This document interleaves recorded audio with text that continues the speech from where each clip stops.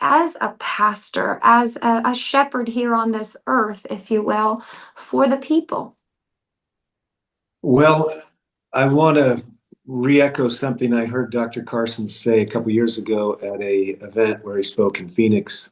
He said, "It won't remain the land of the free if it's not the home of the brave." And this idea that, we can stand around and look at the ground or look at our cell phones to avoid personal responsibility, as in some of the stories that have been told out there. Um, the people they're being given the opportunity to put their face into the wind a little bit, discover that God's there, acquire a little more self-respect, find the convicting strength that the Holy Spirit can give.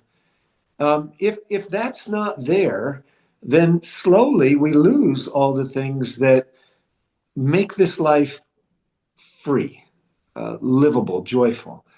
It appears to me that we're going to have to rediscover the fact that liberty of conscience and religious liberty, the way they're used in the Great Controversy and the other writings of the same author, are used rather interchangeably.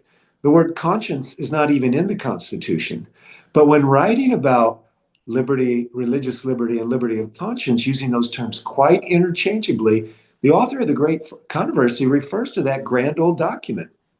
And so I think we're going to have to sometimes say, I made a mistake. Other times, we're going to have to continue to count the loss. Jesus warned us that there would be an expense for following truth, but that truth would also set us free. And so we're on a journey, and God's trying to get us stronger because we're up to a race. And just like preparing for a marathon or any kind of size of race, you can't just start the day of and feel like it's going to turn out all right. So COVID's a warm up. I really want to appeal to ministers. The Bible has many chapters on true and false pastors.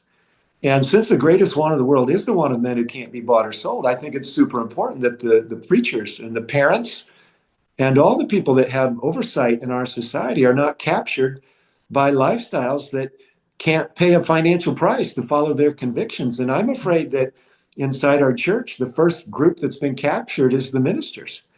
Mm.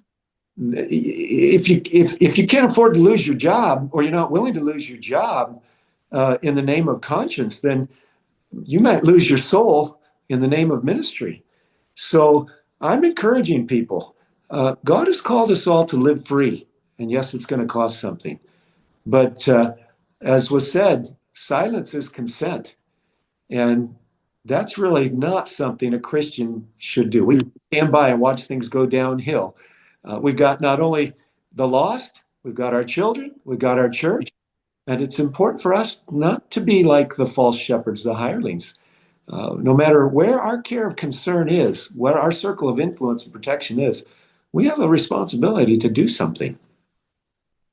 Wow. Thank you so much for that, Pastor Kelly. I was just, as you were speaking, I was thinking of the other chapter that I read this morning, and it was in the book that you mentioned, The Great Controversy. And if any of you have not read that book, we will get you that book. In fact, we will post it on this link where you can get both a physical copy and the audio. But if you haven't recently read chapter 11 of that book, The Great Controversy, it's entitled Protest of the Princes. And these princes, I was so impressed with them. These princes really were princes. They had much wealth. They had great reputation. They were highly esteemed. And they felt utterly convicted that they could do no other than to follow the will of God, even if it meant going against their church proper, if you will, even if it meant they even stated so.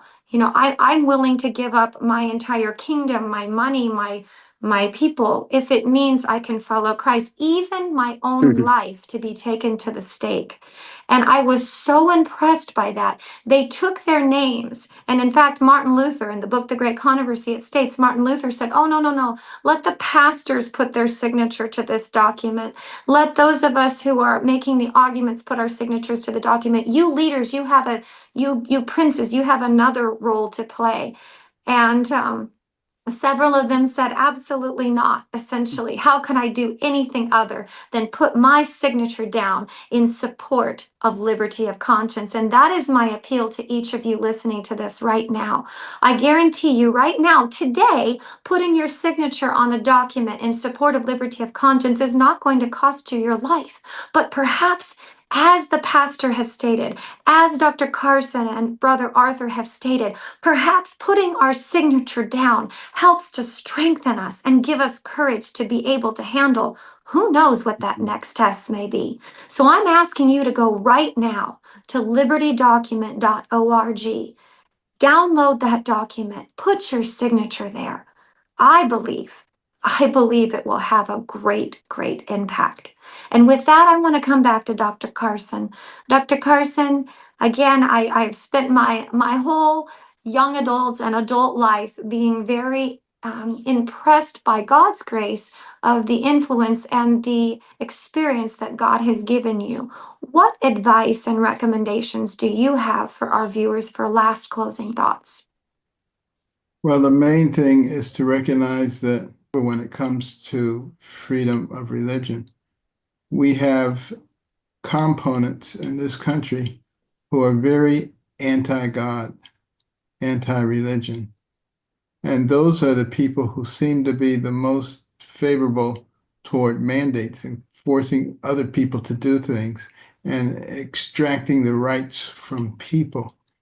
You know, it's fascinating if you look at the congressional record from January the 10th, 1963, when Congressman Herlong of Florida read the 45 Goals of Communism in America. They included denigrating the church, denigrating the family, gaining control of schools and teacher unions so you could indoctrinate the kids, gaining control of the media and Hollywood so you could change the culture, making sexual perversion normal, natural, and healthy. All of these kinds of things are going on. There are people who are actively advocating those things.